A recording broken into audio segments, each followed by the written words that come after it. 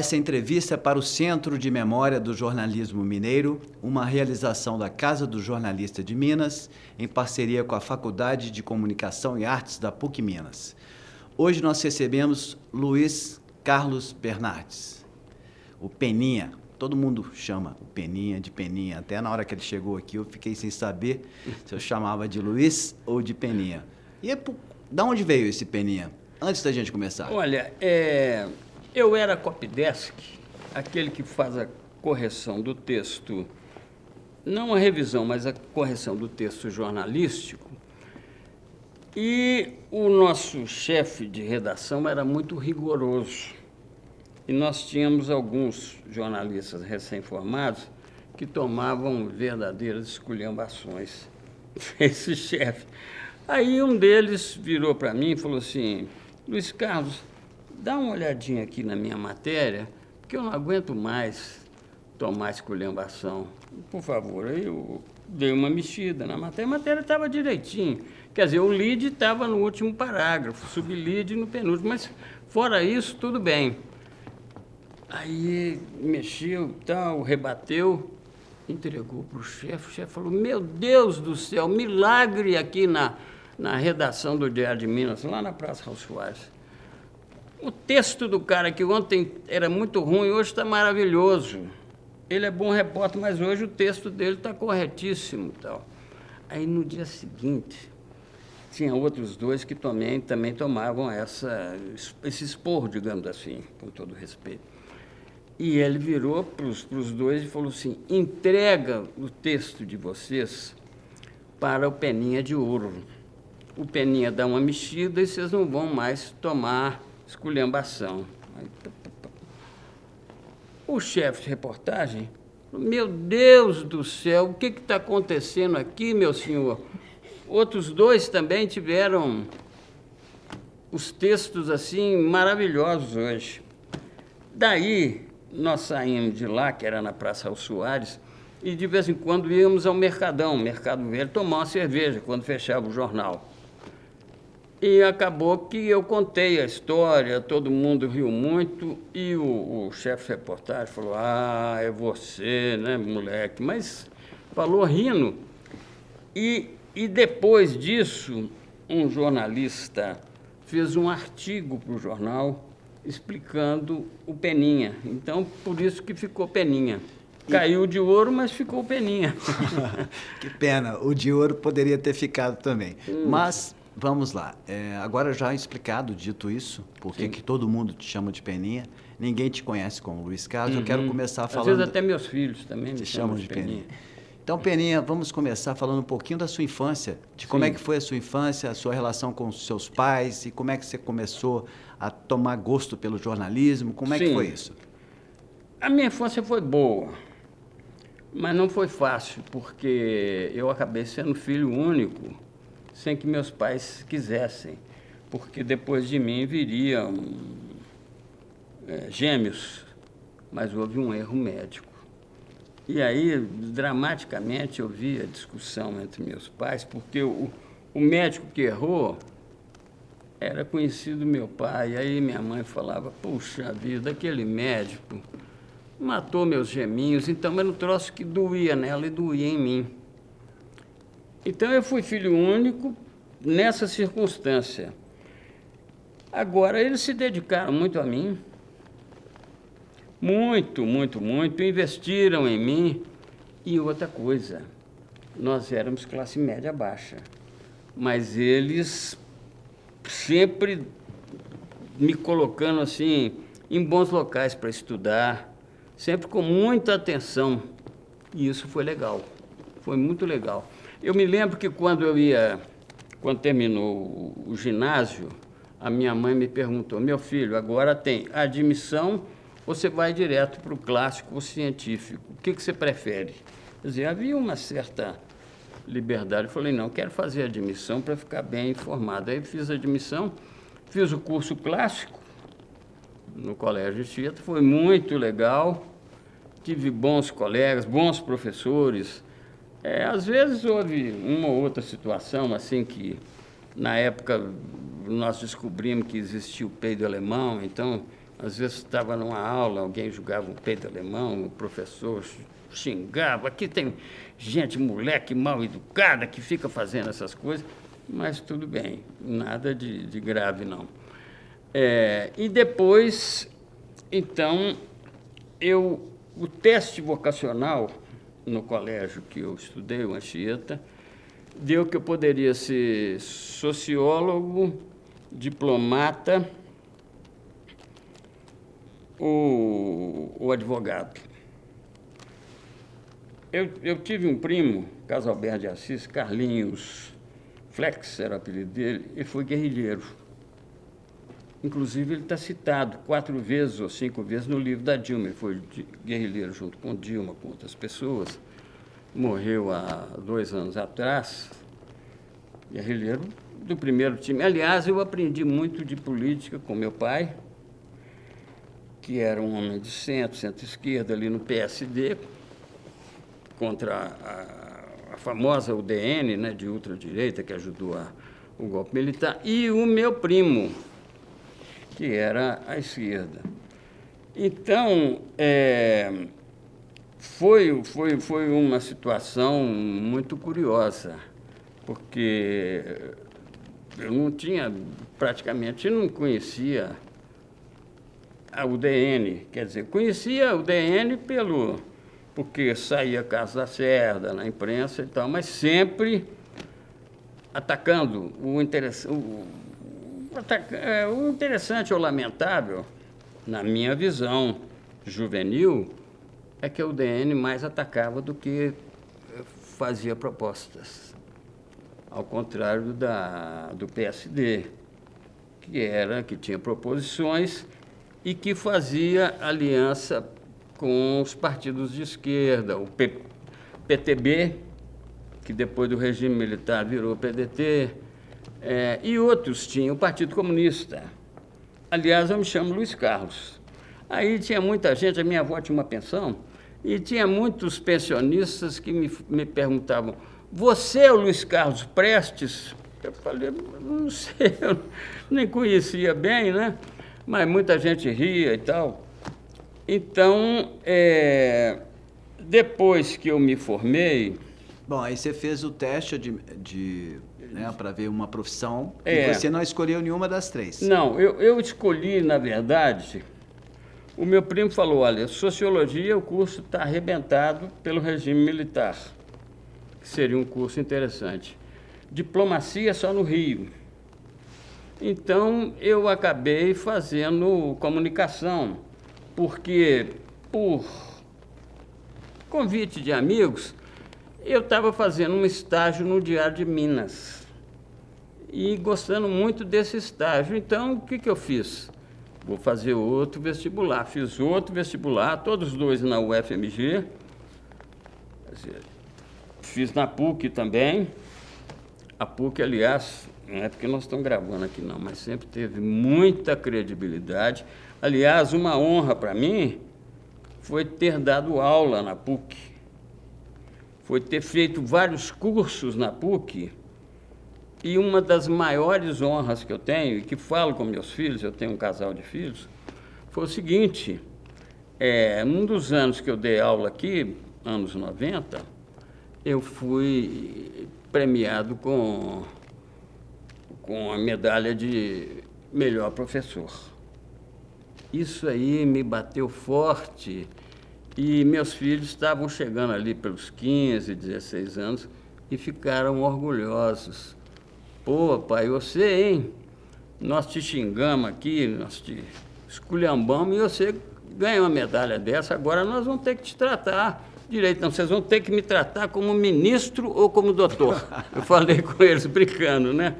Mas, assim, a PUC realmente marcou, quer dizer, como a UFMG também marcou, com Otávio Dulce, com um monte de gente, mas a PUC... Constância Freitas e etc. A PUC marcou muito e, vamos dizer, uma puxava a outra, sabe? E as inovações que se observava no jornalismo internacional, pelo menos as inovações positivas, eram absorvidas pela PUC.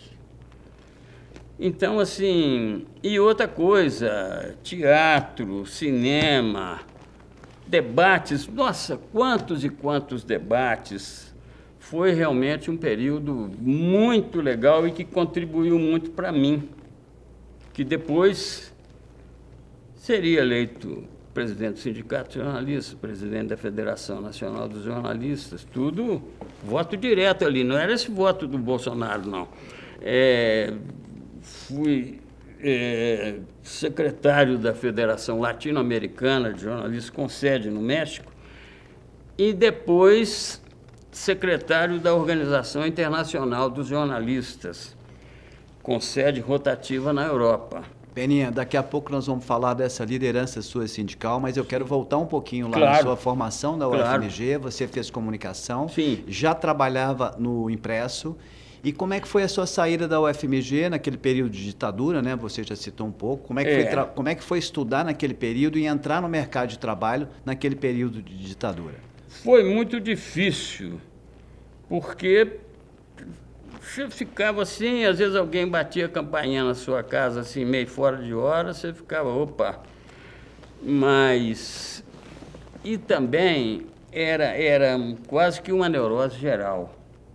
Eu me lembro que teve um período que uns 15 colegas estavam, assim, numa situação complicada, perseguidos pela polícia. Eles moravam ali ao redor da Fafiche. Moravam lá, dormia, se virava, e sempre que a gente podia, a gente ajudava e tudo. Então foi um período de muito horror. A gente falando assim hoje, fala-se assim, civilizadamente, não sei o quê, parece até uma coisa charmosa. Foi um horror. Uma neurose na vida de cada um de nós. Eu me lembro que Zé Maria Rabelo, grande jornalista, aliás, ele e o Guy de Almeida foram fundadores do primeiro jornal nanico do país, que foi o Binômio. Grande jornal, ironia, matérias fortes. Ele teve que se exilar no Chile. O Chile era democrático na época. Então, os militares entraram na sede do Binômio, quebraram tudo. Ele foi para o Chile. Ficou lá um tempo. Depois, quando as coisas melhoraram, ele voltou. Ele tinha 4 ou 5 filhos. Eu sei que um filho dele, lá pelos 18, 20 anos, pegou um câncer. Certamente um câncer provocado pelo regime militar, pela ditadura. Morreu com 20 e poucos anos. Namorou uma amiga minha, o cara, cabeça boa, sabe? A amiga minha não entendeu. Peninha, como é que o cara pode morrer? De que ele morreu? Morreu de prisão. Morreu de censura. É disso que ele morreu. Um cara de 20 anos, inteligente. Quer dizer, essas histórias não se contam até hoje. É preciso contar histórias como essa e como tantas outras. Teve uma outra história que teria chegado a Belo Horizonte discretamente, que eles não precisavam de discrição nenhuma. Chegou a Belo Horizonte discretamente um cara da CIA, a famosa CIA. E ele veio dar uma observada e acabou indo ao Maleta, lá do Guerreiro, Seu Olímpio, de tantas outras pessoas. Ali no Maleta, o pessoal conta, inclusive meu primo Carlos Alberto de Assis, o Carlinhos Flex, conta que ele também, ele e auxiliares, pegaram vários mendigos e torturavam, para ver até quando que um ser humano resiste, até quando é possível torturar o ser humano sem matar, para não dar bandeira, digamos assim. Até quando é possível? É um troço assim que parece filme de ficção, filme de terror, mas isso aconteceu, as pessoas sabem disso. Tem gente viva aí que sabe. Então, eram coisas assim impressionantes. E a gente ali, rapaz, menino, não sabia, e tinha muito filme de ficção científica, então tinha hora que você falava, não, isso troço não. Mas era tudo verdade, claro, você sabia que era verdade, mas você não queria acreditar. Você não queria acreditar. Como foi também que os Estados Unidos fizeram em Cuba, na Bolívia, em tantos outros países que se transformaram, eram países de um capitalismo escravagista e foram se transformando. E o Brasil, depois com João Goulart, ele passou a ser um exemplo para esses países. Passou a ser um exemplo. Acho que Brizola, grande Brizola, entrevistei várias vezes, mas é o que dizem os especialistas. Os políticos de fronteira, eles são mais, não sei se aguerridos ou mais desafiadores. Então, Brizola desafiou os militares. E com João Goulart na presidência, depois entrou o Tancredo ali como primeiro-ministro, que ajudou. Tancredo ajudou. E a ideia, eu conversei muito com o doutor Tancredo sobre isso, era a seguinte: manter aquela situação, João Goulart presidente e Tancredo primeiro-ministro, era manter aquela situação até o fim do mandato, faltavam 10 meses, um ano para o fim do mandato, quer dizer, você vai ficando na retranca, mas você vai resistindo. Democracia e com um segmento de centro-esquerda no poder. Aí fariam outra eleição. Não se sabe se Brizola poderia disputar ou não, mas seria outro Brasil. Mas aí Brizola, que falava muito bem, era realmente um político com P maiúsculo, mas com um sangue muito quente. Então, foi a chance que a direita esperava para dar o golpe. Aliás, esse golpe foi tão forte que até hoje, dia de hoje, não se sabe onde foi parar o corpo do Castelo Branco, que foi o primeiro presidente militar que ajudou a comandar o golpe. Porque tem gente que diz, eu não tenho certeza disso, que Castelo Branco, que tinha feito o compromisso de depois devolver, limpar o país do socialismo e devolvê-lo aos cidadãos. Aí teria havido militares que não concordaram, então mataram Castelo Branco, não se sabe se durante um voo ou se mataram aqui e fizeram o voo com ele, mas não se descobriu o corpo de Castelo Branco e ficou um grupo de militares, linha mais dura ainda, comandando. Aí vem uma opção de gente, né? Vem Costa e Silva, vem Tortura, a equipe da Tortura, o time da Tortura. E tem casos que são interessantes. Por exemplo, eu já conversei com o Zé Disseu sobre isso. Houve depois uma reação, no bom sentido, da esquerda. A esquerda se reuniu e começou a estratégia dos sequestros. Sequestro daqui, sequestro dali. Eles sequestraram uns 10. O primeiro a ser sequestrado, vocês desculpem, mas eu estou falando isso do fundo do coração, foi o embaixador americano. Aí, o que eles exigiram? Para cada sequestrado, libertava 10 presos brasileiros. E o primeiro que eles exigiram, os brasileiros, foi liberdade para o Zé Disseu. que era um líder importante tudo da guerrilha.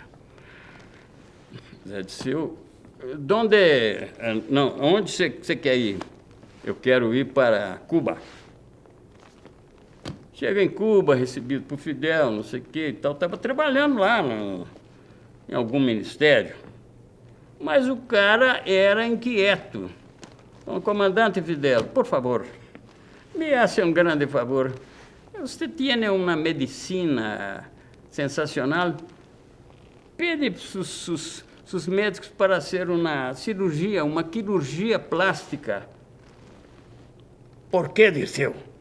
Porque eu pretendo volver a la luta. Mas aqui você está estou muito bem, mas eu preciso volver. Aí foi feita a cirurgia na cara do Zé Disseu. Essa história é verdadeira. Ele me contou. Que eu via, ele me contou. Aí, o que acontece? Ele arranjou um outro nome, que eu não me lembro, documentação muito buena, toda a documentação saiu. E aí, alguns amigos falaram, porra, quem é você? Caralho, você é um infiltrado, é um direitista? Sou, hijo de puta, sou um Zé Disseu. Zé Disseu, isso é mentira. Vá lá perguntar ao Fidel. Depois o pessoal entendeu. É uma coisa sensacional. Entrou na luta armada de novo e depois, com a vitória, com a redemocratização, ele se casou. Olha esse caso. Ele se casou, se apaixonou, foi morar na cidade dele, Porto Alegre, trabalhando lá, não sei se é advogado, uma coisa assim. Se apaixonou por uma mulher. Mas ele não podia explicar para a mulher, olha, eu sou o Zé Disseu, aquele cara. A mulher ia enlouquecer, ia sair correndo. Cuidado. Não. Dois apaixonados. Aí chega a Porto Alegre um outro guerrilheiro que adorava o Zé Disseu, ligou para ele, o Zé disse, não, você vem jantar aqui em casa. Deu o endereço, o cara, pem. A mulher abre a porta e o Zé Disseu vem chegando. O cara grita, Zé Disseu, meu querido, Zé Disseu, e vai abraçando. A mulher, assim, assustada, Zé Disseu? Quem é Zé Disseu? É este. A mulher desmaiou, caiu no tapete. Depois, Zé Disseu falou, não, calma, querida, não vamos te explicar e tudo, foi uma circunstância da vida e tal. O amigo Zé Disseu quase matou a mulher dele, mas, enfim, era um cara, inclusive, que se tivesse disputado a eleição, Zé Disseu seria o candidato à sucessão de Lula. Lula já tinha falado sobre isso. Eu tinha uma boa relação com ele. Ele um dia olhou para mim e falou assim, Peninha, nós acompanhamos o trabalho de vocês lá de sindicato jornalista. Você não acha que você e outros companheiros seus vão escapar do nosso time, não. Se nós ganhar, vocês vão ser ou convidados ou convocados pelo Diário Oficial. Vocês vão ter que ir do nosso time. Eu falei, pô, é o que nós mais esperamos. E outros colegas, né? Bom... E a convocação veio no Diário Oficial? Não veio porque eles prenderam o Zé Disseu. Eles prenderam. Foi o primeiro preso pelo regime militar, porque ali não acabou a luta. Estava quase no final, mas não acabou. O Zé Disseu, inclusive, esteve aqui em Belo Horizonte, fez discurso, me citou outros companheiros. Aqueles ali, fulano, vão comigo para o Ministério. E eu feliz, pensando, puxa vida, se meus filhos ouvissem isso, pô, eu seria o chamado pai-herói, tão sonhado, né? Mas, enfim, depois o regime militar caiu por si mesmo, porque, na verdade, os próprios militares perceberam que eles deram golpe e entregaram o país para empresários internacionais e nacionais. Não são todos. Não, tinha muito empresário sério. Trabalhador, aliás, o próprio José Alencar, que foi o primeiro vice do Lula, foi presidente da FIENC, Federação das Indústrias. Não eram todos, mas tinha uma quantidade grande e os empresários de multinacionais. Eles não estavam aqui contribuindo para o desenvolvimento do Brasil, não. O que eles levaram de ouro, o que eles levaram de diamante, olha, teve uma figura extraordinária que, aliás, ainda quero ver homenageado pela Assembleia Legislativa, se possível pelo Congresso Nacional, Dazinho, José Gomes Pimenta. Ele era um trabalhador, tirando ouro em Nova Lima para os ingleses e americanos. Era Dazinho Bambirra. Aliás, o governador Hélio Garcia me apelidou de Bambirra. Eu fico feliz. Eu fico feliz se o senhor me dá esse apelido. Não, o senhor é um Bambirra. Parece um cara muito sério, mas você tem tendências à esquerda. Governador, nós temos mais de 50% de miseráveis, de analfabetos. Será? Será que você não está exagerando? Governador, só pega qualquer dado do IBGE, aí o Bambirra, eleito deputado estadual, todos os dois foram eleitos deputados estaduais, mas com mandatos muito curtos, porque o pó de ouro se infiltrou nos pulmões, corações e tal. Tinha jornalistas estrangeiros, eu falei com alguns jornalistas. De que eles morreram? Eu falei, de ouro. Como assim, brasileiro? Você está louco? Não, eles morreram de ouro. Pó de ouro, pô. Aí saíram matérias em jornais da Argentina, do Uruguai, alguma coisa em jornais americanos e europeus. O cara morreu de ouro. Impressionante isso. E, aliás, isso tudo, quer dizer, tinha que ter livros e mais livros sobre a história de Minas, que é um resumo da história do Brasil e que é um resumo da história de muitos países aí. Peninha, vamos voltar um pouquinho agora para a sua atuação como jornalista. Sim, sim. Essa fala toda sua já dá para entender e já dá para perceber que você foi e é ainda, um grande jornalista com esse cunho político. Né? Entendendo bem da política que acontece no país e em várias décadas. Quero voltar agora um pouco da sua atuação na Folha de São Paulo, porque você trabalhou no Diário de Minas, e eu queria que você falasse um pouquinho da sua atuação na Folha de São Paulo, de algumas matérias que você fez importantes. Sim. Na Folha de São Paulo, eu trabalhei com uma dupla, um jornalista e uma jornalista, Mauro Santayana e Vânia Bambirra. Sensacionais. Aí teve uma polêmica, algumas coisas, mas teve uma polêmica.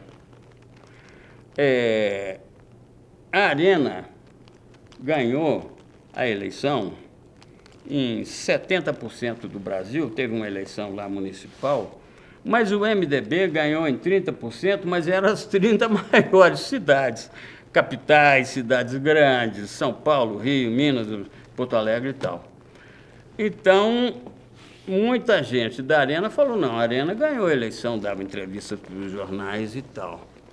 Eu falei com eles, olha, o Aureliano é um sujeito à direita, mas ele é um cara, assim, muito sério, muito pontual. Aí eu liguei para ele, doutor Aureliano, eu queria conversar com o senhor e tudo, pode vir. Aí avisei os outros jornalistas. O Aureliano falou, vocês têm que ter cuidado, porque... Aí chega um jornalista atrasado, de um canal de TV, pergunta, doutor Aureliano, quem ganhou a eleição, foi a Arena ou o MDB? Ele falou, olha, eu pedi a ele que não começasse com isso e tal, não vou dar entrevista. Aí foi uma tristeza geral. Mas eu tinha o costume de, terminada uma coletiva, às vezes eu esperava o pessoal e ia atrás do entrevistado. Aliás, eu preciso contar para vocês depois um lance desse com Tancredo e Golbery. Aí foi todo mundo embora. O Aureliano xingou lá, xingou. Eu esperei uns 10 minutos, eu falei, não, vou deixar passar a raiva dele. Bati a campainha. Um apartamento simples, acho que no Sion. Doutor Aureliano, o senhor me desculpe, aquilo foi um acidente. Aqui é Luiz Carlos. Eu quero conversar um minutinho com o senhor só sobre aquele assunto que nós falamos. Tá certo. Parece lá o Aureliano já sem gravata, mas... Não. Quem ganhou a eleição no Brasil foi o MDB. Por quê? Ganhou nas principais capitais. Isso, quem quiser conferir, é só olhar os jornais impressos da época. Quem ganhou foi o MDB, assim. Depois fizemos outras perguntas e tudo. Eu chego na redação, o pessoal, vamos dizer, quase que me carrega no ombro. Pô, e tal. A Folha deu a manchete. Vice-presidente diz: quem ganhou a eleição foi o MDB, por isso. Quer dizer, eu não fui lá para dizer que o MDB ganhou, não. Eu fui lá para saber qual era a opinião do Aureliano. E o Aureliano diz isso. Então, o negócio aí entrou todo mundo no assunto. Teve uma outra vez que o Tancredo tinha dado uma coletiva, ele era governador. Ele deu coletiva no Palácio da Liberdade e acabou a entrevista. Ele falou, eu falei com ele, doutor Tancredo, eu queria fazer mais umas perguntas para o senhor. Ele falou, não, perfeitamente, você vem aqui. E ele entrou por aquela porta principal do Palácio da Liberdade e tinha uma parte embaixo, como se fosse Descemos umas 4 escadas e entramos numa sala. Uma secretária gorda dele, ela falou, doutor Tancredo, o doutor Golbery quer falar com o senhor. Ele fez uma cara de preocupação, assim, falou, pode deixar. O que o Golbery queria do Tancredo naquele momento? Tancredo tinha sido eleito governador, estava montando a equipe. O Golbery queria que o Tancredo indicasse, como chefe da Casa Civil, um cara de ultradireita. Ou seja, ele queria ter o Tancredo na mão. Isso é um fato da maior importância política que se perdeu no tempo. Ele queria ter o Tancredo na mão. Ainda mandou por escrito, num papel sofisticado. Eu nunca vi um papel daquele, chama papel de linho, um troço assim. O Tancredo me emprestou. Aí o Tancredo falou, Bernardes, olha aqui. O Tancredo era um homem simples, mas muito inteligente. Ele era mais preocupado com o conteúdo do que com a forma. Ele era muito preocupado com a forma por causa do regime militar. Ele falava muito, gente, cuidado por causa disso, mas eu falo o que me vier à cabeça, mas vocês têm que ter um certo cuidado na pergunta. Aí, o Tancredo liga para um amigo dele e fala o seguinte, o Golbery está me pressionando para ter o secretário de Estado. Eu vou dar seu nome como secretário, como se eu tivesse te convidado há uns 4 dias, 5 dias. Tá certo, o cara deve ter ficado tremendo, porque o Tancredo disse para ele, o Golbery está me pressionando aqui, mas pode ficar tranquilo que ele não vai chegar aí na sua casa não, que eu... Aí o Tancredo responde, excelentíssimo senhor doutor Golbery do Couto e Silva, lamento não poder atender-lhe, porque já convidei fulano de tal que aceitou, mas numa próxima oportunidade o senhor poderá solicitar-me algo que será atendido prontamente. E deu um sorriso na hora que ele falou, o senhor será atendido prontamente. Eu fiz assim, ele riu, sabe? E mandou. Mas eram tantas situações, assim, tantos, que você ficava impressionado. Você ficava, e tantas demonstrações de coragem de deputados estaduais, de deputados federais, senadores, que você ficava impressionado, sabe? Agora, o regime militar também contou com o apoio de alguns mineiros importantes, como o então governador Magalhães Pinto, que foi considerado o líder civil do golpe de 64. E aí ele levou com ele a UDN, porque na época eram 3 partidos: UDN, PSD, Centro-Esquerda e PTB, que era considerado um partido mais à esquerda. E aí, com o fim do golpe, uma deputada, esqueço o nome dela, correu e registrou PTB, o nome dela. Eu esqueço, daqui a pouco eu lembro. Ivete Vargas correu e registrou PTB no nome dela. Aí a esquerda ficou e tal. E aí alguém sugeriu Partido dos Trabalhadores. Aí todo mundo gostou, aplausos e tal. Daí é que vem o nome Partido dos Trabalhadores. E eu acho que, por uma coincidência, Partido dos Trabalhadores acabou ficando bom porque era um partido novo.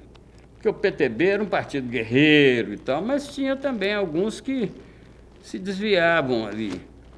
E o PT, então, renova a política brasileira, depois vem o PSDB ali, centro-esquerda, e, enfim, o Brasil começa a mudar rapidamente. Vem a imprensa, volta a política estudantil, porque a política estudantil brasileira foi muito forte. Aliás, é preciso não esquecer isso, porque nós nunca recuperamos a força da política estudantil. A política estudantil era quase tão forte como a política sindical, a política dos partidos. Eu me lembro que o presidente da União Nacional dos Estudantes, ele se chamava Edson. Ele foi torturado e morto. E eu me lembro que o enterro dele teve mais de 150 mil pessoas, que seria um número alarmante há 40 anos atrás. Vocês já imaginaram 150 mil pessoas? Seria mais de 1,5 milhão, 2 milhões. E os jornais ousaram e deram fotos e deram a matéria. Um líder estudantil. Então, a política estudantil, ela existe aqui e ali, mas não é aquela política forte e que também, além de exercer o seu papel discutindo as coisas do Brasil e as coisas do ensino e da educação, ela estava formando políticos.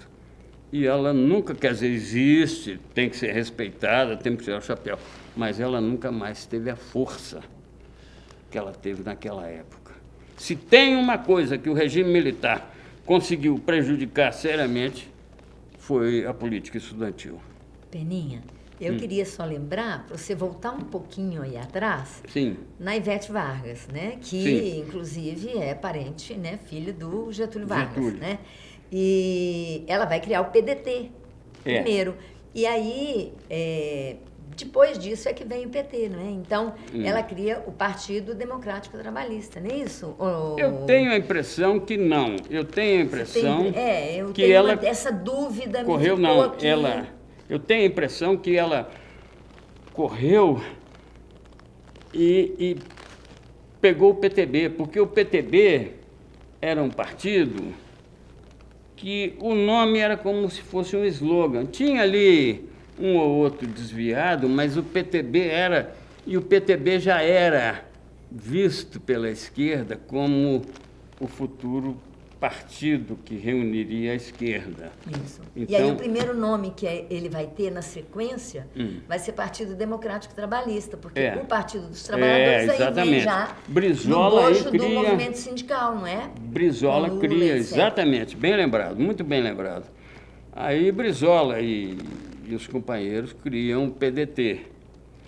Agora, depois, e o PDT cumpriu um papel bonito, até recentemente cumpriu um papel honroso e tudo. E depois vem o Partido dos Trabalhadores, o PT já com uma proposta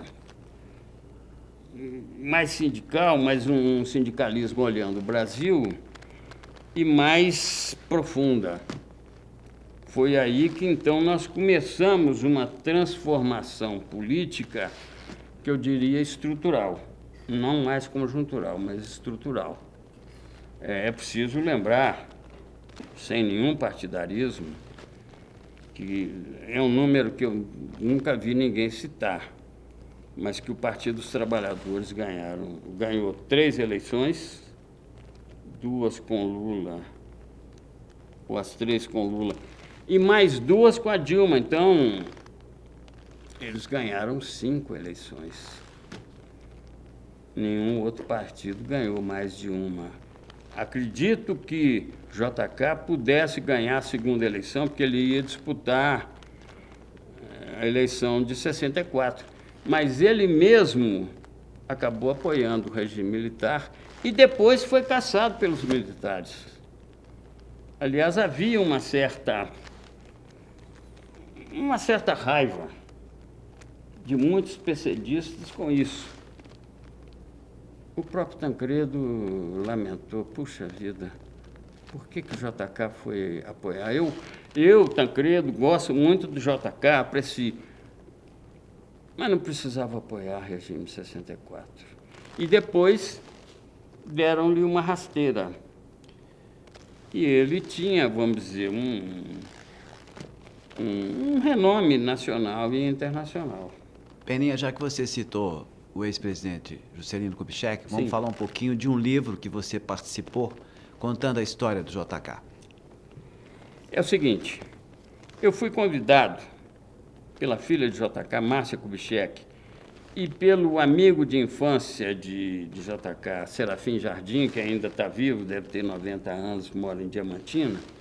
Ele foi amigo desde os 3 anos, JK trabalhou com ele, e Márcia. Eles me chamaram e falaram o seguinte: vamos enfrentar um desafio?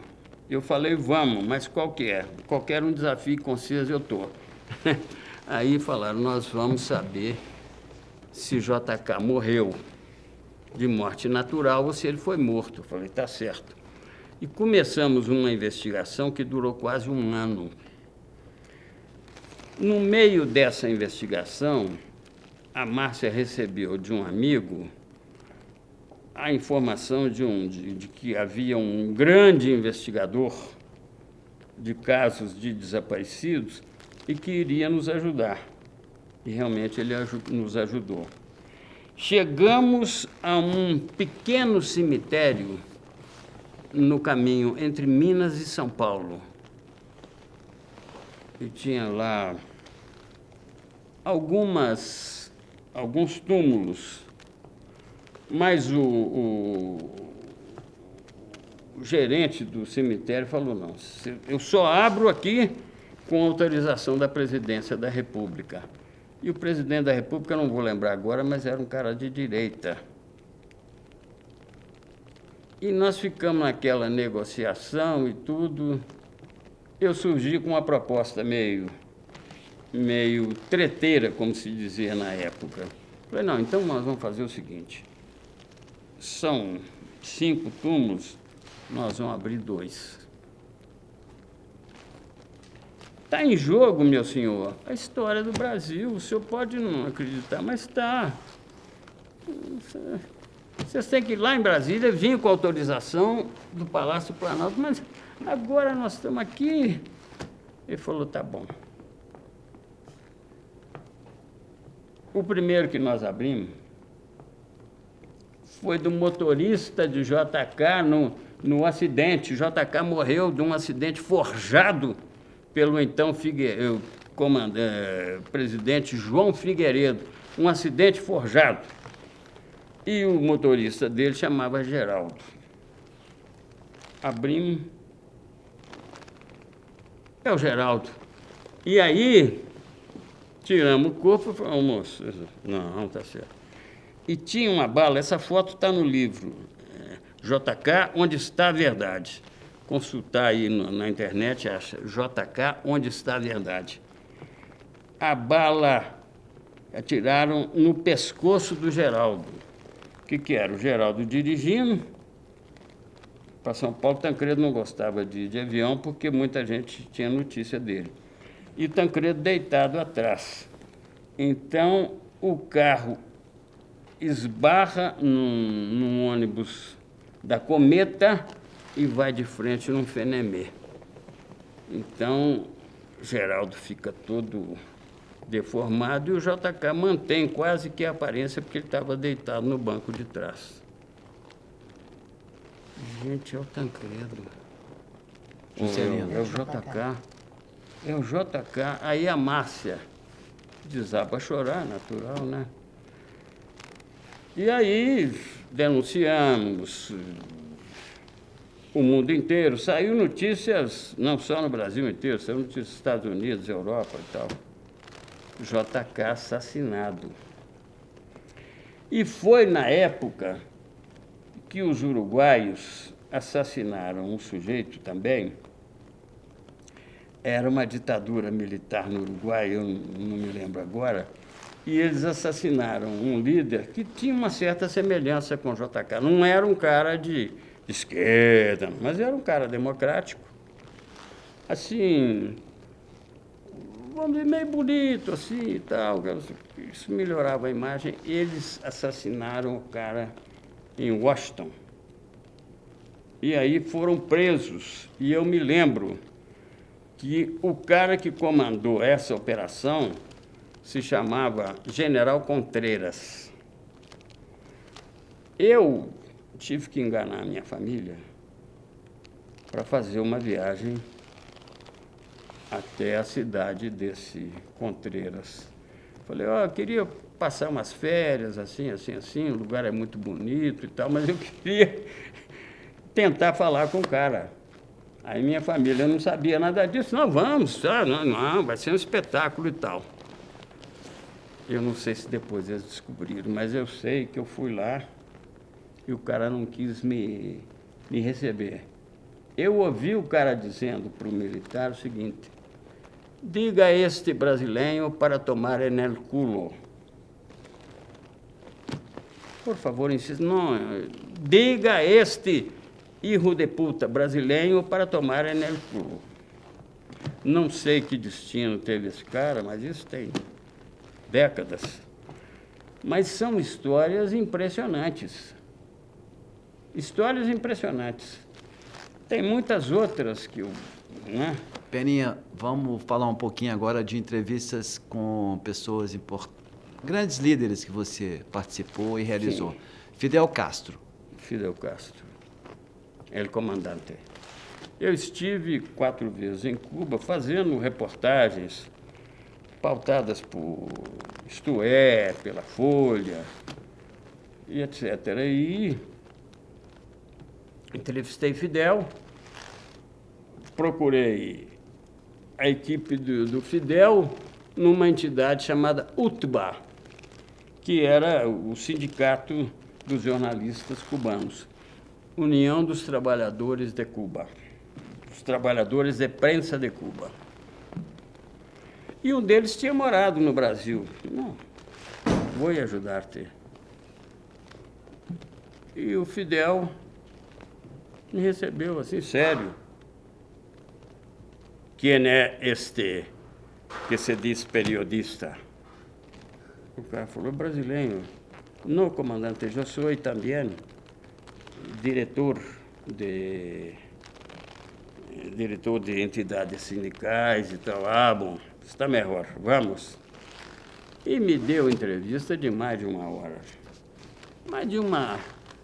direto comandante, mas como ustedes venceram Estados Unidos, um país pequeno, vencemos com garra, com luta, muita luta. E também, claro, recebemos apoios de outros partidos, de outros países, de esquerda, centro-esquerda, mas apoios pequenos. Quem teve que lutar mesmo foram os cubanos.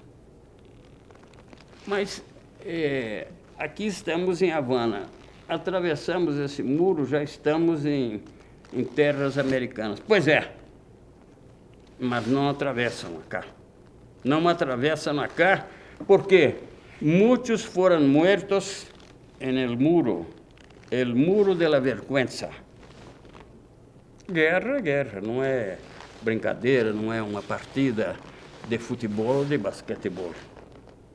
Como mataram muitos de nós outros, tivemos que matá-los. E o local escorrido era um muro.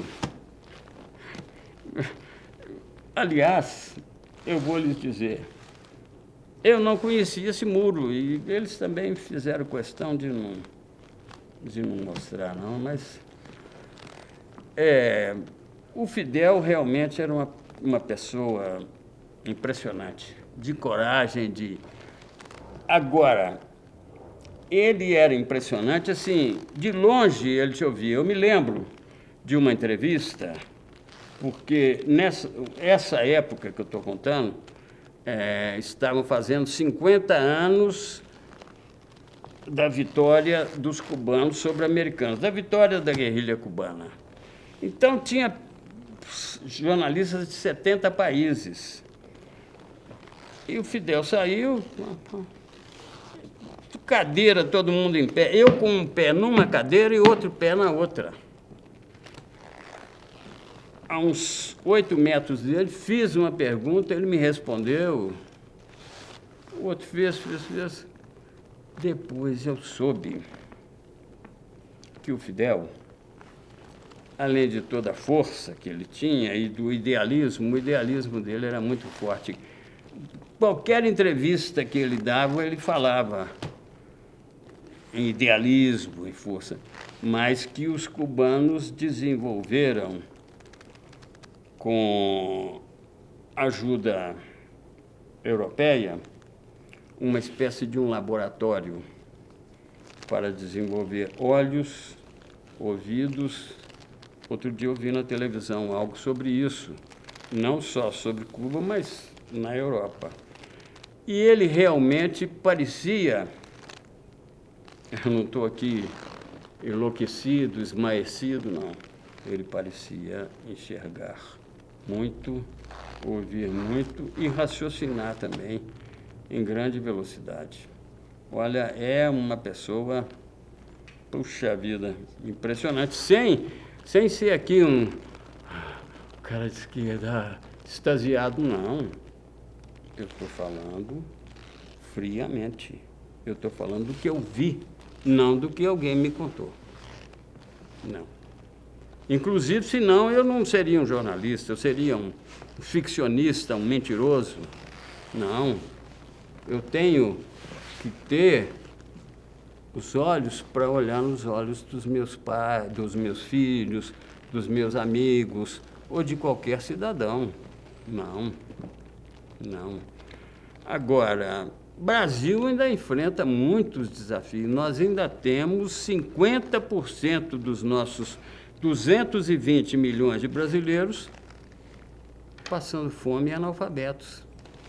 Inclusive, num erro primário, já me disseram isso, cientistas políticos e econômicos, e é verdade, de setores das nossas classes dirigentes, sejam dirigentes políticas ou dirigentes empresariais, de jogar fora um mercado de 110 milhões de pessoas, porque esse pessoal que está fora do mercado porque não tem um tostão, porque tem que dormir na rua, etc., seria um mercado comprador de de tudo, geladeira, televisão, carro e tal. É isso que eu vi na Europa, nos Estados Unidos. O sujeito comprando um carro que ele mesmo fabricou. Agora, aqui não, aqui é o capitalismo selvagem até hoje. Há muita luta para reduzir esse capitalismo, muito empenho, muita coisa. Tivemos também esse encontro aí, o ECO, discutindo defesa do meio ambiente, importante. Primeira vez que um país da América do Sul faz isso. Aí vem gente xingando, criticando. Quer dizer, é preciso fazer isso, é preciso lutar. É preciso, vamos dizer, tentar destacar o Brasil. Que o Brasil precisa de investimento, precisa de muita coisa. Peninha, aproveitando que você veio para o Brasil e depois a gente volta para as suas entrevistas Sim. internacionais, como é que você vê a polarização no país hoje? É uma polarização curiosa. Porque o que defendem as pessoas de direita? Elas defendem o quê? Que continue assim? É isso que elas querem para o Brasil, em termos humanos e em termos político-econômicos? É isso que elas desejam? Não é possível, né? Não é possível. Qual país europeu, ou mesmo tão falar dos Estados Unidos, que tem uma situação dessa? Nenhum. É claro que eles levaram muitos tesouros dos países sul-americanos, inclusive do Brasil, mas, assim, não dá para pensar. Não dá para pensar. Sai cada candidato aí. Esse Bolsonaro, de onde que apareceu essa figura? De onde? Como é que pode? Quer dizer, não dá para entender. Não dá para entender. Sabe, ele e outras figuras do tipo, que tem um pouquinho mais de traquejo, entre aspas, mas que são iguais ou piores. E então o Brasil, e com um analfabetismo que vai se repetindo, não totalmente, mas vai se repetindo em parte, fica difícil. Anos atrás, eu pensava, daqui uns anos, acabou essa miserabilidade e tal, daqui a pouco eu vou ver o Brasil crescendo, florescendo. Eu agora já não sei se eu vou poder ver isso. Os anos passaram.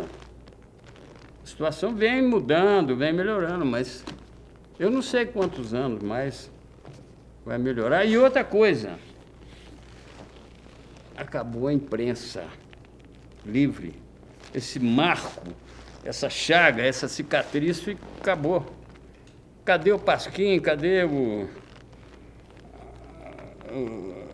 a imprensa? Eu me lembro que tinha um jornal também, chamava-se Em Tempo.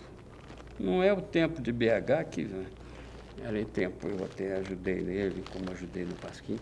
E outros jornais de esquerda, nanicos, que eram interessantíssimos, que publicavam matérias interessantíssimas, entrevistas. Mas a imprensa vai... Quer dizer, hoje o que nós temos aí quer dizer, temos televisão, temos rádio, mas isso tudo é muito controlado. Peninha, voltando aqui então para a sua atuação como repórter internacional, correspondente, você também entrevistou o ex-presidente da França, o François Mitterrand. Como é que foi? Conta para a gente os bastidores, como é que foi a entrevista com ele? Foi interessante. Era um cara muito preparado. Aliás, a mulher dele também era muito preparada, Madame Danielle Mitterrand, que veio e queria aumentar, por exemplo, os salões de pintura de Minas, ficou encantada com alguns segmentos da pintura mineira, e o Mitterrand falando sempre nisso. Que potencialidade que esse país tem, como é que esse país não explodiu no mundo. E je parle un peu de français, quer dizer, eu falo um pouquinho de francês, e mas tinha o tradutor também me ajudando, porque quando ele falava uma palavra meio complicada, eu olhava para o tradutor assim, de soslaio, e o cara traduzia. E, bom, eu me lembro que o Mitterrand ficou tão impressionado com o Brasil que quando o Tancredo morreu, ele veio ao enterro do Tancredo. Foi a São João del Rei. Eu cobri o enterro e estava lá o Mitterrand. Então, assim, as pessoas se impressionam com o Brasil. E é um potencial que está aí, entra ano, sai ano, entra ano, vai melhorando aos pouquinhos, né? Os segmentos à esquerda têm ajudado, tem muito, mas é muito difícil essa luta. É uma luta, assim, pesada contra o dinheiro, contra a corrupção, contra segmentos fortíssimos da mídia. Vamos falar um pouquinho já sobre a sua atuação como líder sindical e como uma pessoa importante nesse segmento. Mas antes eu quero falar um pouquinho da sua atuação. Você já contou bastante da sua atuação como repórter de jornal impresso, coberturas internacionais, viagens que você fez. Agora, teve um tempo que você migrou para a televisão. Sim. Você foi apresentador e âncora de um programa na Band, que eu me Sim. lembro de te assistir todo dia. Um jornal. E você foi pioneiro na televisão, que eu acredito, em comentar notícias, em vinha a notícia, Sim. a matéria entrava e fazia Sim. comentários e análise de Ancorava, todas né? as notícias, não só na Band, mas como na Band News também. Queria que você falasse um pouquinho desse momento da sua carreira. Eu peguei o exemplo do que eu fazia e de que outros faziam em impresso. Então, comecei a comentar. E aí, também era um trabalho interessante, mas, por exemplo, tinha um fato que seria um bom comentário, mas eu ia, às vezes, atrás de uma fonte para acrescentar. Sabe, eu não ficava só no fato em si, que também já era um trabalho, mas não. Além do fato, eu queria acrescentar algo novo. Aliás, um casamento meu foi embora por causa disso, porque nós resolvemos criar, na Band, um jornal local de 11 horas da noite, porque tinha o jornal local de manhã, tinha o jornal local na hora do almoço, tinha o jornal local 7 horas, junto com o Jornal Nacional, mas o jornal da noite nacional era o jornal de grande prestígio, porque era o jornal lido, assistido pelos formadores de opinião. Todo mundo já tinha chegado em casa, eu falei, não, nós vamos. Só que aí eu não gravava, eu entrava ao vivo. Aí tinha marcado ir ao cinema com a esposa, chegava, o filme já tinha começado. Tinha marcado de ir ao teatro, chegava. Tinha marcado de ir ao show, chegava tudo. Ela um dia cansou, falou assim, ó, você fica com o seu jornalismo por aí, que eu nem sei se você está fazendo jornalismo ou é outra coisa. Eu falei, não, querida, se eu estou no ar, você está me vendo. Você pode até jogar uma pedra na televisão que não vai me acertar, mas eu estou lá. Aí, enfim, foi-se embora um casamento que eu gostava da pessoa, que, aliás, se ela estiver assistindo, ela vai saber. Até hoje, querida, eu me lembro de você. Mas, enfim, são coisas que a vida, não pode. Outros colegas e outras colegas também viveram situações semelhantes. E essa análise que você fazia, quer dizer, você foi um apaixonado pelo jornalismo, porque Sim, terminou sim, sim. um casamento, a paixão pela TV e pelo jornalismo falou mais forte no seu coração. Bom, enfim. E aí você trouxe essa linguagem de análise para a TV, que foi pioneira, e outros canais depois vieram também, até hoje. a gente vê outros jornalistas tentando, pelo menos, fazer, e fazem muito bem, mas você foi pioneiro nisso aí. Mas eu me lembro que você tinha uma carga horária gigantesca, né? O jornalista trabalha muito, né? A gente ouvia você na rádio de manhã, de tarde na TV, à noite na TV. Como é que era? E ainda tinha as assessorias também que você atuava? Eu fiz uma assessoria, quer dizer, fui um dos fundadores da Comissão de Direitos Humanos da UAB e fui membro também da Comissão de Direitos Humanos da Igreja Católica, ao mesmo tempo. Então, eram tarefas também importantes. E o jornalismo também é uma profissão, mas é uma paixão também. Quem faz fica apaixonado. Então, quer dizer, isso não quer dizer que você não possa se apaixonar por uma pessoa. Pode. Mas, de repente, você está naquele embalo e o jornalismo tem um detalhe importante, que é o seguinte: você está ali discutindo uma pauta, ou amanhã eu vou fazer aquilo.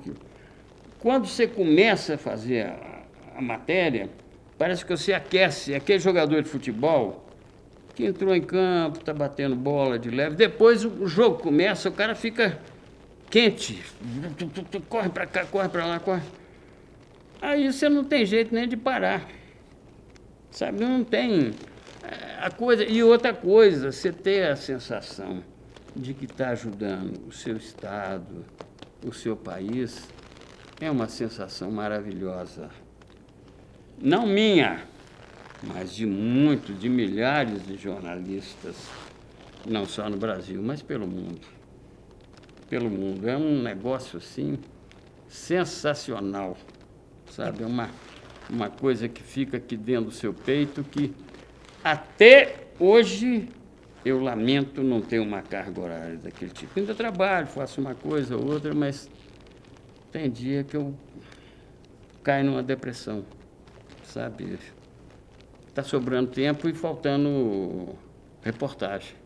Peninha, e você foi fundamental também na formação de uma porção de jornalistas, porque da mesma maneira que você foi referência para vários jornalistas, né, em emissoras de TV, em rádio, como o Luiz falou aqui, né, você teve com a gente na PUC TV, Sim. Que foi, né, a segunda TV universitária do país e que liderou a criação da rede de TV universitária no país, né, junto com o Gabriel Prioli.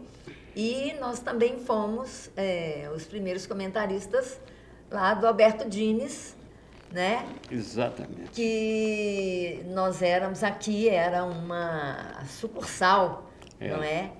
Do programa do Dines. Eu queria que você falasse um pouquinho disso, porque isso é muito caro. Você lembrou muito bem, e foi um período de muita felicidade para mim. Esse período que eu trabalhei aqui na PUC, que eu trabalhei com você, Sandra Freitas, e com algumas outras pessoas e que vocês me davam todo o espaço. Você, eu e outros criamos a PUC TV, que foi uma delícia de trabalhar, de denunciar, de fazer tudo com cuidado, tudo a direção da PUC entendia,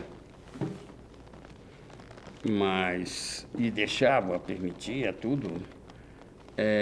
E depois essa descoberta do Alberto Dines. Alberto Dines. Um dia o Alberto Dines esteve em Belo Horizonte e nos visitou. Eu chamei, ele nos visitou, ele adorou. Falou assim: nós vamos fazer uma parceria. Você topa? Claro, Dines, porra, você está brincando. Então, eu entrava no programa do Dines, que era um programa ótimo, da TVE do Rio. Observatório da Imprensa. Observatório da Imprensa, bem lembrado. Então, a gente fazia. Depois teve um período que eu fui trabalhar no Rio. Ele me chamou, eu queria que você ficasse aqui uns 2 meses. Fico, mas eu quero entrar lá em Belo Horizonte. Não, claro. Então, eu fui trabalhar lá e entrava aqui. foi um período espetacular e um período em que a PUC, Sandra, com você e com algumas outras pessoas, deu um exemplo nacional de que uma universidade séria, avançada, poderia produzir coisas como uma televisão de muito bom nível e que competia e muitas vezes vencia canais convencionais. Por favor, vamos voltar a esse tempo, porque está precisando, sabe? Está precisando. A nossa imprensa escrita está num momento dificílimo, as coisas estão saindo pela TV, mas TVs igual a PUC Minas são muito raras, muito feitas com garra e com emoção, com carinho. É uma coisa muito bonita e muito difícil de acontecer, mas pode ser repetida sim. Peninha, você foi um dirigente sindical importante. Eu quero começar falando da sua presidência no Sindicato dos Jornalistas Profissionais de Minas Gerais. Como é que foi a sua atuação lá e as suas realizações quando você foi presidente do sindicato? Eu procurei, um período interessante, montar uma equipe que ia cuidar de várias áreas. Cinema, teatro, jornalismo político, jornalismo econômico, jornalismo cultural. Agora, eu me deparei com uma cultura, com um preconceito contra uma coisa chamada greve. Não, jornalismo não faz greve. Mas por quê? Por que o jornalismo não faz greve? Se o salário está baixo, está injusto, tem que fazer greve. Aí eu fui marcando, eu e outros, nós fomos marcando assembleias. Mas qual é o problema? E aí houve várias greves.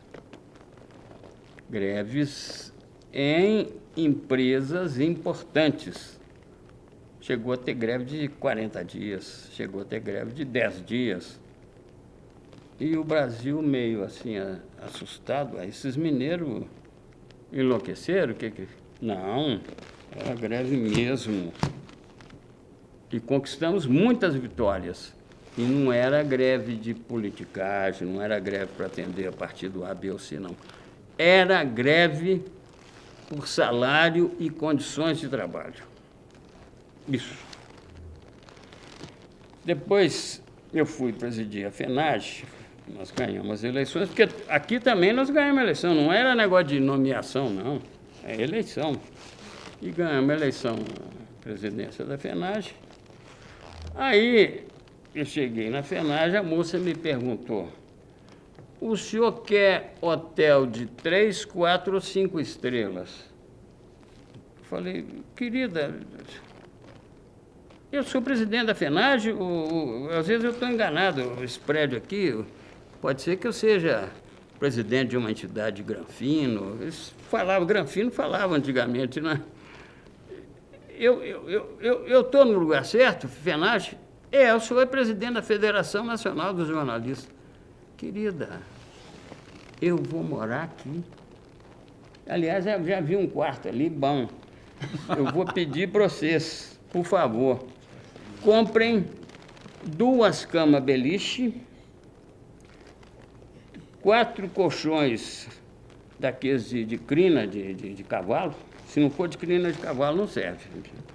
Compra umas roupas de cama aí. Não, mas, querida, nós somos assim, uai. Você pensa bem se você vai cobrir uma guerra, você vai querer dormir num quarto 3 estrelas, 4 estrelas? É aqui.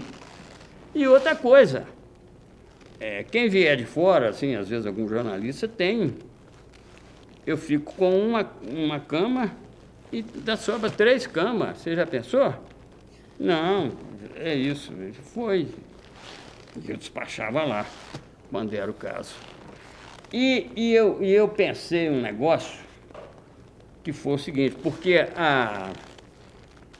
eu imaginava o sindicato e outros e a FENAGE como entidades que davam também substância à sociedade civil brasileira, como a UAB, como, na época, o Sindicato dos Médicos, dos Engenheiros, nós também. Aí eu fiz uma assembleia lá para decidir o seguinte, a minha proposta, nós íamos percorrer, nós íamos acompanhar passo a passo o julgamento do Sr. Collor de Mello.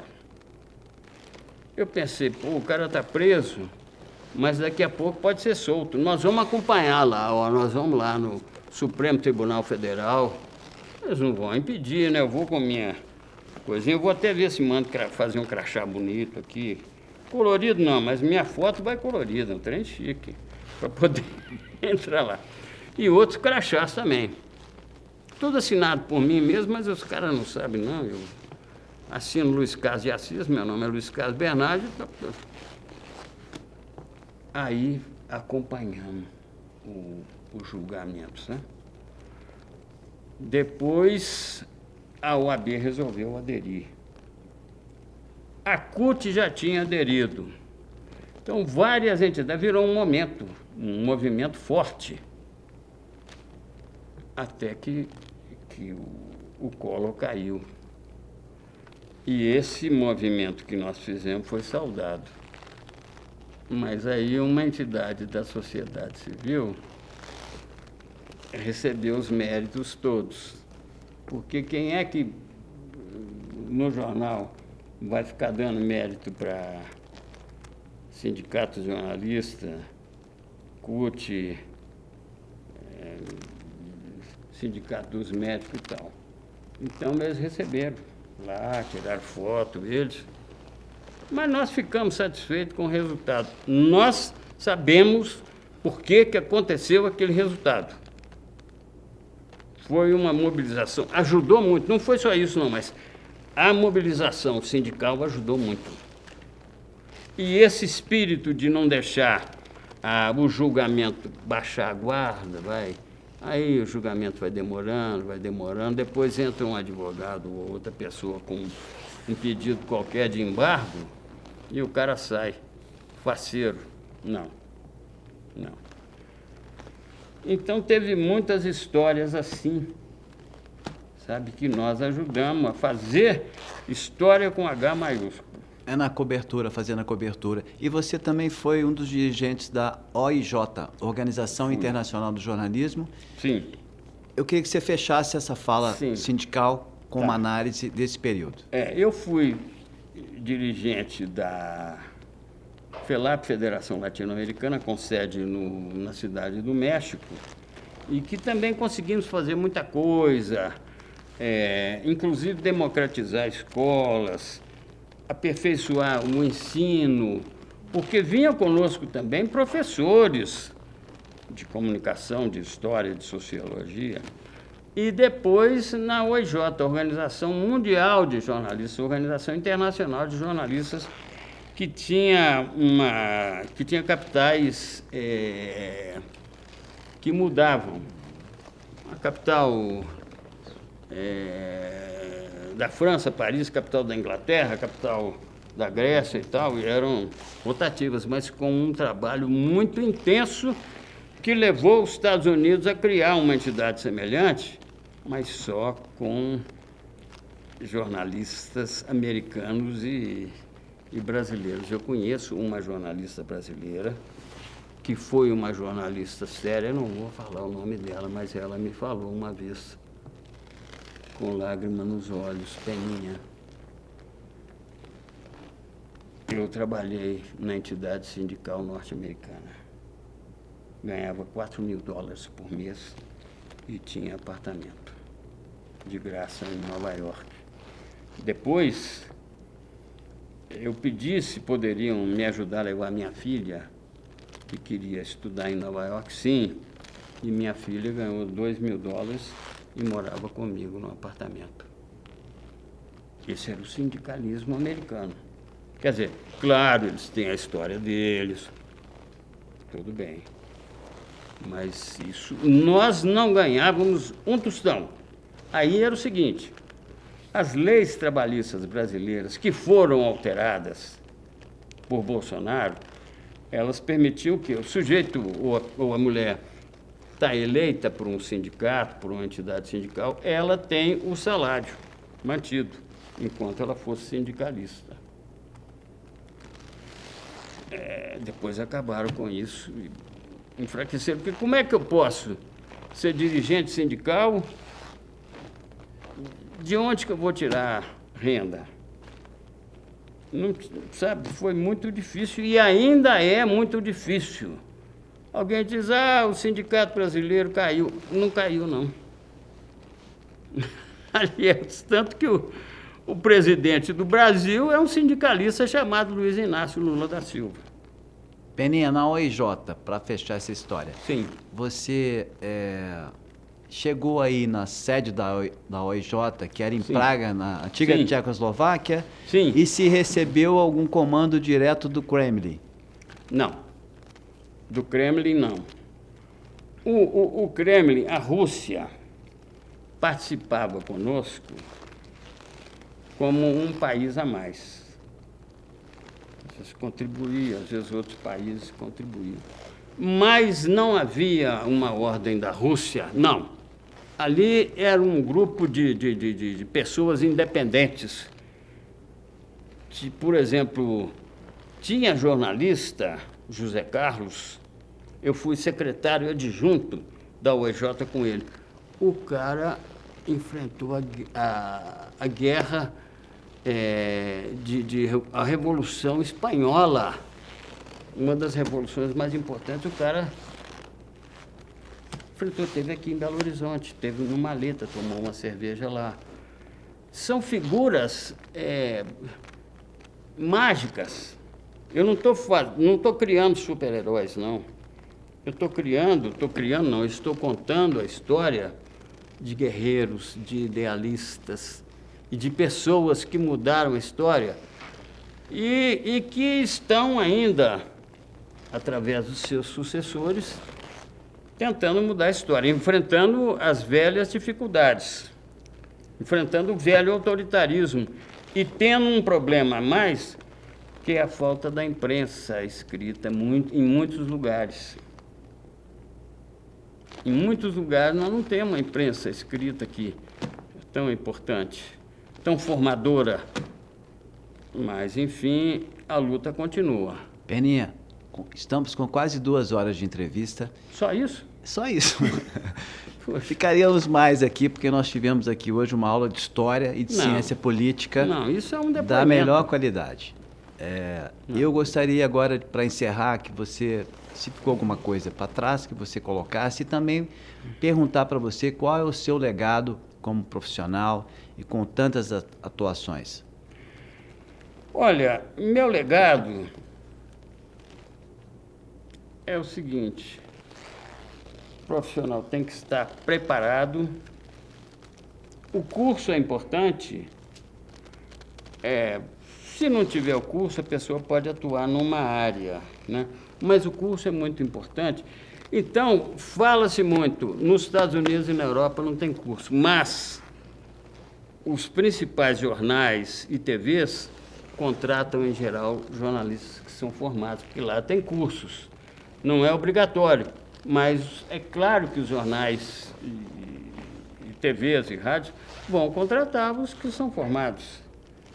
Por exemplo, eu tive conversando com os jornalistas do New York Times, eles iam fazer um estágio na Nicarágua, durante a Revolução Nicaragüense, um estágio. Então, eu quero, a contribuição que se possa fazer, a contribuição jornalística, não só como um grupo jornalístico, mas a contribuição de uma entidade como o Sindicato dos Jornalistas, a Casa dos Jornalistas, o Sindicato do Rio, São Paulo, deixar as entidades trabalharem livremente. Quantas entidades aí recebem, às vezes, um apoio de uma publicidade e tudo, e tentaram matar o Sindicato dos Jornalistas, tentaram matar a Casa dos Jornalistas, não conseguem. Mas a vida é muito difícil. Então, eu queria, assim, mais respeito pela profissão, sabe? Às vezes, outras profissões que têm um trabalho bonito não sabem as dificuldades que as nossas entidades vivem. Não sabem disso. E isso é tão importante para a formação, não só do jornalismo, mas para a formação das pessoas, para a informação das pessoas. Sabe, tão importante. O meu filho é advogado, trabalha em Santa Catarina. Ele tem uma formação muito interessante. Agora, eu fiquei ali, cara, eu não sei o que, isso, aquilo. Quer dizer, não é que eu fiz a cabeça dele, não. Ô pai, o que você acha? Eu sou advogado e o meu escritório vai trabalhar no caso da Samarco, aí, Mariana. Falei, querido, você tem que pensar, você tem que conversar lá no seu escritório. E depois eles conversaram e tudo e resolveram a situação. Ele não seguiu, nessa causa ele não seguiu. Pensamento dele, liberdade. Então é isso, quer dizer, nós temos que ter um sentido de Brasil, um sentido de Minas, um sentido de BH, um sentido profissional, que também, porque achar que a nossa revolução golpista foi de 64 a 85, 86, é um equívoco, porque ela continuou. Até hoje, nós temos ainda resultados daquela tal de Revolução de 64. Até hoje, o Bolsonaro, por exemplo, num certo sentido, ele é um exemplo ele é um filhote da ditadura. Filhote da ditadura. Quantos Bolsonaro que nós temos aí? Milhões e milhões. Filhotes da ditadura. Que se puder, tortura, mata. Quer dizer, é um país pobre, 50% da população é pobre, analfabeta. E isso tudo por uma coisa chamada capitalismo selvagem, que infelizmente ainda existe em muitos locais no Brasil. Outro dia, aliás, eu já fiz várias matérias no interior sobre trabalho escravo. Fiz várias matérias. Eu vi aqui numa fazenda no interior de Minas um sujeito, a pedra era mais ou menos do tamanho dessa mesa aqui. O sujeito chutando a pedra, o pessoal, e estava eu, o fotógrafo Cláudio, o repórter fotográfico Cláudio Versiani e o rapaz que dirigia para nós, o Carlos. O que é isso? Segura o moço, ele está meio maluco chutando a pedra. O cara falou, não, ele está quebrando uns 3 ou 4 dedos, porque aí ele vai ser enviado pela direção da fazenda para o hospital. No hospital, o pai dele vai chegar e vai esperar o tratamento e levá-lo embora. Gente, eu vi isso, eu fiz essa matéria na Isto É. Isso eu vi, não foi? E isso não é um caso, não. Aí, depois, eu falei com o Cláudio Versiani, com o repórter fotográfico. Vamos lá conversar com esse dono da fazenda. Bem, prazer e tal, o cara até perfumado, sabe? O senhor planta aqui arroz e feijão. Arroz e feijão. Agora, não dá muito não, porque esse povo é muito vagabundo, mas o senhor traz gente do Jequitinhonha por quê? É por desinformação? Não, é porque esse povo aqui é muito vagabundo. O senhor tem uma pista de avião, o senhor tem um avião? Porque eu moro no Rio, eu moro em Ipanema. Em Ipanema. Por Deus, o senhor está queimado. Poxa, você também não vai querer que eu, depois de trabalhar aqui, que eu vá o quê? Que eu vá trabalhar no Rio? Não, eu tenho direito de ir à praia, ué. Isso é um direito meu. Direito inalienável. Eu falei, mas meu Deus do céu, eu não sei se eu estou ficando doido ou se eu estou piorando, não sei. Aí, o cara, roupa sofisticada, ele estava de cueca. Me desculpe aí, mas parecia seda.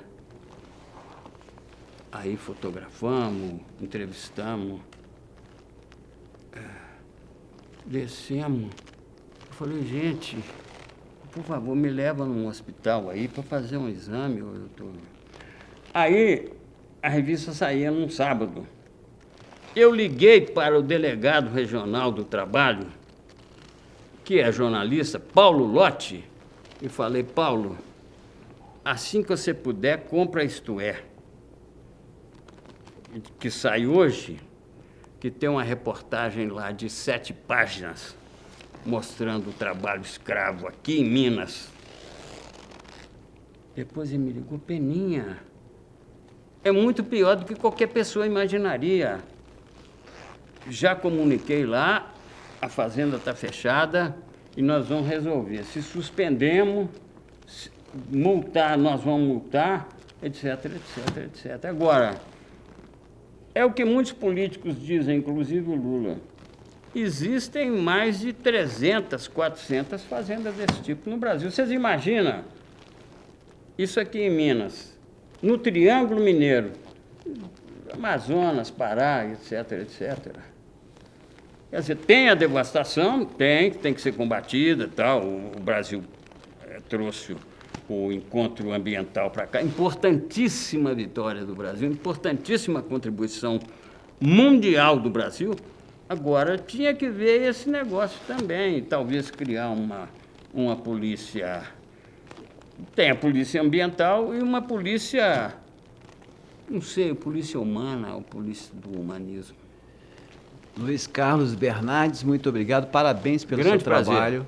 Muito obrigado pela entrevista. Eu que agradeço, estou feliz. E outra coisa, muitas das coisas que eu observei, que eu vi, eu aprendi aqui na PUC Minas. E quero cumprimentar você, queria que você dissesse seu nome. Luiz Henrique. Henrique, e queria também cumprimentar muito a pessoa da professora Sandra Freitas, que é uma guerreira, que ajudou a montar toda essa estrutura de comunicação da PUC, mas, além disso, é uma grande jornalista, uma grande sindicalista, que eu tenho que tirar meu chapéu. Ou não sei se é meu chapéu ou meu cap de Fidel, não sei, mas eu tenho que cumprimentar. Muito obrigada, Peninha. E foi uma alegria. Fiquei aqui mais escutando de novo partes que eu já conhecia da sua história. E o seu legado é esse. O seu legado é a luta continua, inclusive para esses meninos novos que estão chegando. A luta continua. E que conhecem pouco a nossa história. Muito obrigada. Estou com o coração aqui quente, feliz. E muito obrigada. Tchau, obrigado a vocês. Eu agradeço também a minha colega. Sinto muito bem aqui. Agradeço novamente ao Peninha e a minha colega Sandra Freitas, que nos deu a honra de participar. Venha mais vezes. Essa entrevista é para o Centro de Memória do Jornalismo Mineiro, uma realização da Casa do Jornalista de Minas, em apoio com a Faculdade de Comunicação e Artes da PUC Minas. Muito obrigado, até o próximo programa.